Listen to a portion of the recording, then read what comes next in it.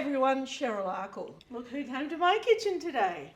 Stephanie Feher. Stephanie is a superstar. She has on Instagram a cooking segment on how to cook, how to run dinner parties, how to entertain. Tell us about the book and tell us about the recipe. First of all, thanks for having me. So excited to be here. This book is for the host in your life. I feel like it's also for those who want to entertain, who want to up their cooking game. If you're just getting into it and you want to feed people, this is the one for you. We're going to start. Let's start with this because I can't wait to eat this. A little bit about whole fish. People get so frightened about whole fish. Yeah. It is my absolute favourite. I grew up eating a lot of steamed fish, actually, and fish is actually, in Chinese culture, symbolic of abundance and unity and wholeness. And actually, when we celebrate Chinese New Year, there's actually an idiom that sounds very similar to every year have surplus, like have a abundant surplus year. This one is deceptively easy. I don't think we have to chop anything. No. Maybe just like the limes, and that is it. That is it.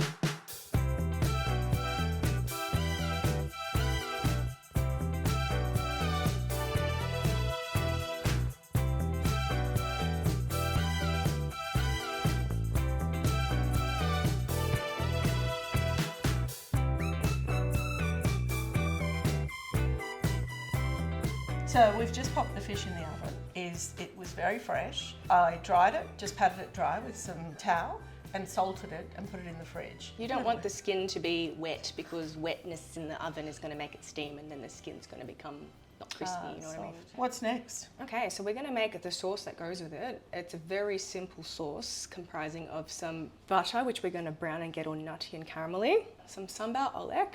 Sambal, there's like 1,000 varieties of sambal across the Southeast Asian regions.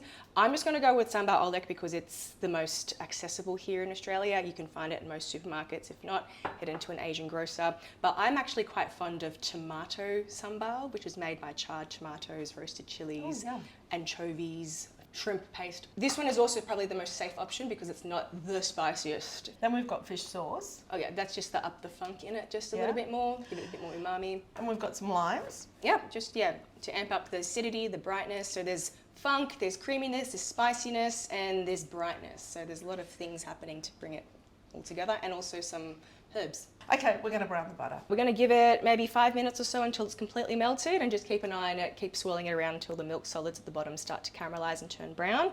You will know it will foam and it will smell sensational. So I'm just keeping the butter moving because we can see it starting to foam up, which is a good sign. At this point, you want to keep it moving because you don't want bits burning at the bottom. Now, how did you come to write this book? A bit about the Lucky Dragon Supper Club brand. We actually started this Instagram account as a joke in 2020. It was like a household page. So like I lived with housemates for a while. Right. We were all posting the same photos of the food that we were cooking, and it got annoying. So we created a page for just the food. And at first it started off as photos, and then eventually it turned into videos, and then those videos actually started picking up some traction. Totally unserious, by the way, because you know in 2020 that's when everyone started going viral for everything. Yeah. And then fast forward 5 years, I've gone through how many jobs? I used to be a classical cellist, like that's what I did when I finished school. Did a music degree, pivoted into advertising, had a career in advertising, pivoted into technology. Technology had like a lot of redundancies. I went through 3 of them.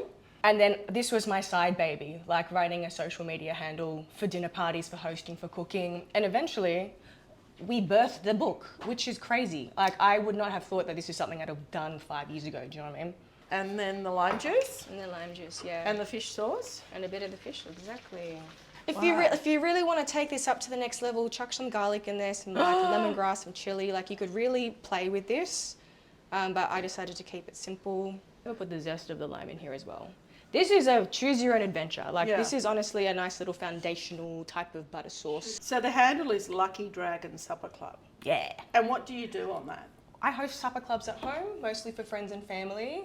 I also post a lot of content around entertaining at home, recipes, tips and tricks on how to host. I've been hosting dinner parties for most of my life.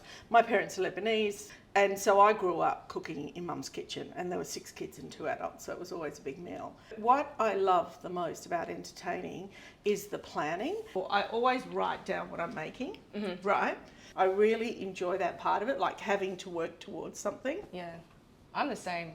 There's a big misconception that people think I'm a type A person because I host a lot of these dinner parties, but I'm really not. I'm really actually quite chaotic mentally. There's a lot of things happening. But whenever I am in the kitchen and whenever I have something to plan, I'm locked in. Yeah. I will write down a list. I'll write down everything I need to purchase down to everything I need to prep leading up to dinner party day. Oh, wow, you do more writing than I do. Eventually, when you start hosting more of these, you feel really good about it and you start to really enjoy the process. When you have your people here, you want to be with your people, not in the kitchen. No. And also when you're here and people are mingling there, I feel like sometimes you might get stressed out around like, oh, whose drinks need to be filled up, and you can't play that host that you want to be. You know what I do with drinks? I always assign someone. Hey, delegate. And I say, yeah, okay, you, Oliver, you be the drinks person. Hey. And then that's it. It's not my job anymore. Yep. Yep. I actually learnt this from my mum.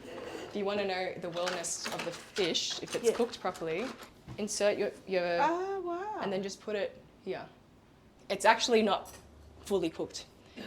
So should we put it back in? Yeah, we should put it back in. Oh my God, that just looks sensational. Right, it's so easy. Serve it on a white platter because you can actually see the contrast of everything. I mean, if you look at this is not exactly a health food. No, this is it's not a health food. Ideally, this is great with food, with like a bread or like a sweet bao of some sort. Rice is great. Just go easy on the butter. Okay, where do you want that? In here? Stunning. Oh wow. Yum. How do we want to In a do minute. rice? Oh, You do rice? I do rice. Okay, here we go. We're finished. This is, I mean, it is absolutely divine. It smells fantastic. It's taken, what, half an hour to make? I love it. You have to make this. If you've been worried about whole fish, don't. This is the simplest recipe, so tasty. Go and try it. Thanks, Cheryl. Oh my god. Oh my God, oh my God. Oh my god. Oh my god. Okay, until next time.